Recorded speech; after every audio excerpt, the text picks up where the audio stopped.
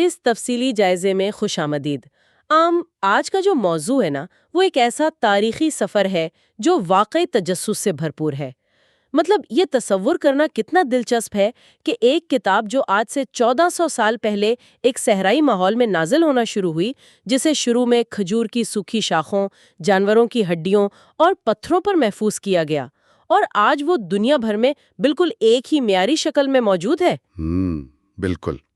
اور براعظموں کی سرحدیں عبور کرنے کے باوجود اس کا رسم الخط حیرت انگیز طور پر یکساں ہے۔ جی، تو آج کی اس گفتگو کا مقصد انہی تاریخی حوالوں کی روشنی میں اس سفر کو کھوجنا ہے کہ یہ ناممکن سی لگنے والی چیز آخر ممکن کیسے ہوئی۔ صحیح۔ آج کے اس تفصیلی جائزے کا بنیادی مشن بھی یہی ہے کہ ان تمام تاریخی ادوار کو مرحلہ وار سمجھا جائے۔ ہم ذرائع کی مدد سے دیکھیں گے کہ اس کی اصل اور بنیادی ساخت کیا تھی، اور پھر وقت کے ساتھ اسے پڑھنے کی سہولت کے لیے کیا کیا تنظیمی اضافے کیے گئے۔ اور میرے خیال میں حفاظت کے جو طریقے اپنائے گئے وہ بھی بہت اہم ہے۔ بالکل۔ تاریخ کے اس طویل سفر میں حفاظت کے لیے 3 بنیادی طریقے اپنائے گئے، جن میں زبانی روایت، ابتدائی تحریری نسخے اور پھر خلیفہ عثمان کے دور میں ہونے والی تاریخی معیار بندی شامل ہیں۔ دیکھیں، یہ محض ایک مذہبی تاریخ نہیں ہے، بلکہ لسانی ارتقاء اور معلومات کو محفوظ کرنے کی سائنس کا ایک بے مثال انسانی کارنامہ ہے۔ تو سب سے پہلے اس نقطے پر بات کرتے ہیں جو شاید ذہن کو سب سے زیادہ الجھاتا ہے۔ مطلب جو بھی اس کتاب کو کھولتا ہے اسے پارے، منزلیں اور رکوع کے نشانات نظر آتے ہیں۔ عام تاثر یہی ہوتا ہے کہ شاید یہ سب کچھ ابتدا ہی سے اس وحی کا حصہ تھا۔ جی، عام طور پر لوگ یہی سمجھتے ہیں۔ لیکن ہمارے ذرائع کچھ اور ہی کہانی سناتے ہیں۔ یہ بات سامنے آئی ہے کہ یہ تمام تقسیمیں اصل وحی کا حصہ سرے سے تھیں ہی نہیں۔ بنیادی طور پر اصل ساخت صرف 114 سورتوں اور 6236 آیات پر مشتمل تھی۔ یہ جان کر واقعی ایک لمحے کے لیے ذہن ٹھہر سا جاتا ہے ایسا ہی ہے کہ آج جن 30 پاروں کے حساب سے روزانہ کی تلاوت کی جاتی ہے، ان کا تو اس ابتدائی دور میں کوئی وجود ہی نہیں تھا۔ تو پھر سوال یہ جنم لیتا ہے کہ یہ پاروں اور منزلوں کا تصور آیا کہاں سے؟ اس سوال کا جواب تاریخ کے اس دور میں چھپا ہے جب مساجد اور علمی مراکز اپنے عروج پر تھے، خاص طور پر عراق میں کوفہ اور بصرہ کے مراکز۔ جب اسلام تیزی سے پھیل رہا تھا تو تلاوت کو منظم کرنے کی ایک انتظامی ضرورت محسوس کی جانے لگی۔ یعنی عام لوگوں کے لیے آسانی پیدا کرنے کی کوشش کی جا رہی تھی۔ بالکل درست۔ ماہرین نے یہ غور کیا کہ عام لوگوں کے لیے پوری کتاب کو ایک خاص وقت، خاص طور پر رمضان کے 30 دنوں میں ختم کرنا کیسے آسان بنایا جائے۔ چنانچہ تلاوت کی سہولت کے لیے اسے 30 حصوں میں تقسیم کیا گیا، جس سے ہم جز یا پارہ کہتے ہیں۔ اچھا، اور اس میں ایک اور دلچسپ پہلو بھی تو ہے۔ جی، وہ حسابی پہلو۔ یہ تقسیم سورتوں کے مضامین یا ان کے اختتام کی بنیاد پر نہیں کی گئی، بلکہ خالصتاً لمبائی اور الفاظ کی گنتی کی بنیاد پر کی گئی۔ یعنی پورے متن کو صفحات اور حروف کے حساب سے 30 برابر حصوں میں بانٹ دیا گیا۔ یہ ریاضیاتی تقسیم والی بات بہت سی چیزوں کی وضاحت کر دیتی ہے۔ اب سمجھ آتا ہے کہ کئی پارے سورتوں کے بالکل بیچ سے کیوں شروع ہو جاتے ہیں۔ جی ہاں، بظاہر ان کا کوئی منطقی آغاز نظر نہیں آتا۔ بالکل۔ مثال کے طور پر دوسرا پارہ سورہ بقرہ کے بالکل درمیان سے، یعنی آیت نمبر 142 سے شروع ہوتا ہے۔ اسی طرح 5واں پارہ سورہ نساء کی آیت 24 سے شروع ہو جاتا ہے۔ یہ ظاہر طور پر ظاہر کرتا ہے کہ یہ ایک انتظامی درجہ بندی تھی، تاکہ ہر روز پڑھنے کا بوجھ برابر رہے۔ اور دیکھیں، بات صرف پاروں تک محدود نہیں ہے، ان پاروں کو مزید قابل انتظام حصوں میں توڑا گیا۔ اگر ہم اسے جدید پروجیکٹ مینجمنٹ کی اصطلاح میں سمجھیں تو یہ ایک بڑے ہدف کو روزانہ کے چھوٹے ٹاسکس میں تقسیم کرنے جیسا تھا، جیسے آج کل ہم مائکرو مینجمنٹ کرتے ہیں۔ بالکل۔ ہر پارے کو مزید 2 حصوں میں تقسیم کیا گیا، جسے حزب کہا جاتا ہے۔ اس طرح کل 60 حزب بن گئے۔ پھر ہر حزب کو مزید 4 حصوں یعنی ربع میں بانٹا گیا۔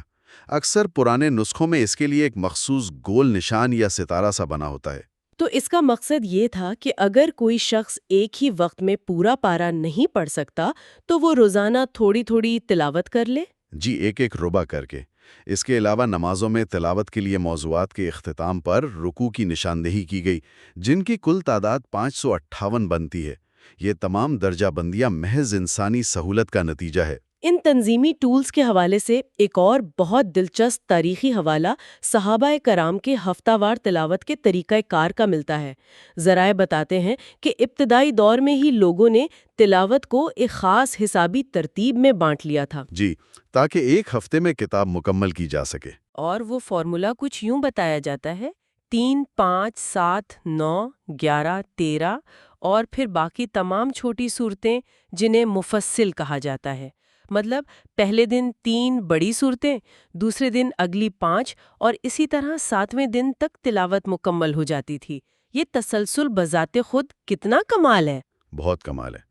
اور اسی کلاسیکی طریقے نے بعد میں 7 منزلوں کے موجودہ نظام کو جنم دیا۔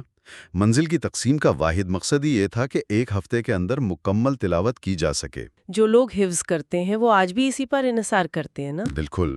پہلی منزل سورہ فاتحہ سے شروع ہو کر سورہ نساء تک جاتی ہے، دوسری سورہ مائدہ سے توبہ تک، اور اسی طرح 7ویں منزل سورہ کاف سے شروع ہو کر اختتام تک پہنچتی ہے۔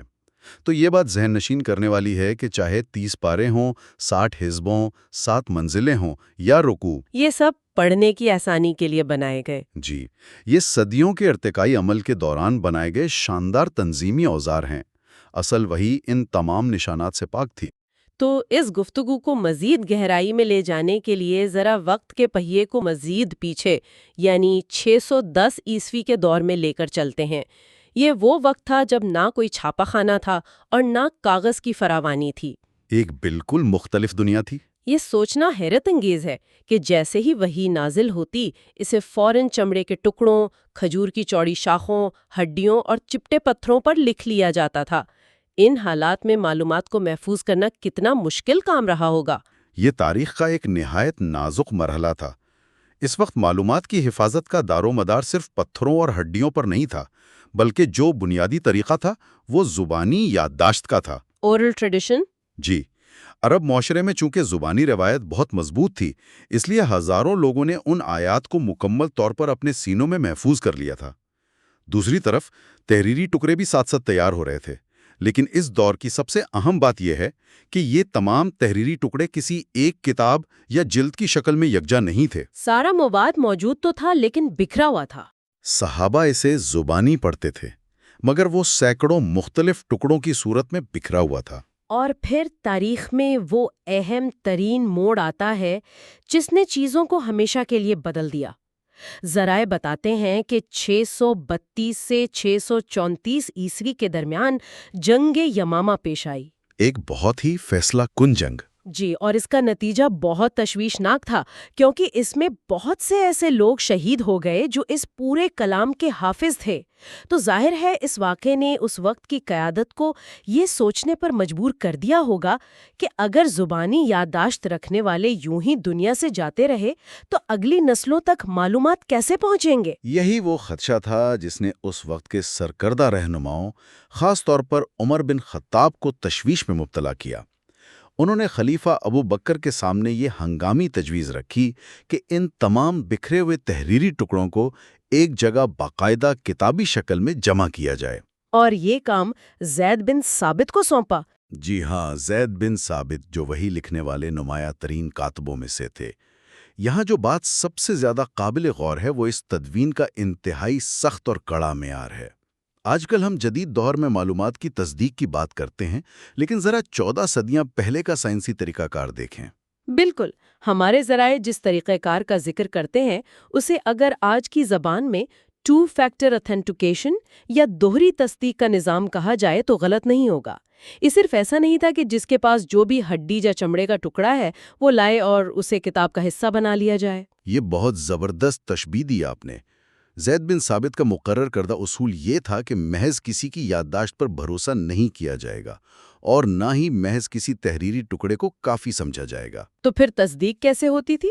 ہر ایک آیت کے لیے یہ لازمی قرار دیا گیا کہ اس کا تحریری ثبوت پیش کیا جائے، اور اس تحریری ثبوت کے ساتھ کم از کم 2 ایسے چشمدید گواہ موجود ہوں جنہوں نے وہ آیت براہ راست نبی صلی اللہ علیہ وسلم سے سن کر لکھی ہو۔ یعنی زبانی روایت اور تحریری ثبوت کا ایک ایسا کڑا ملاپ جس میں انسانی غلطی کی کوئی گنجائش ہی نہ چھوڑی جائے۔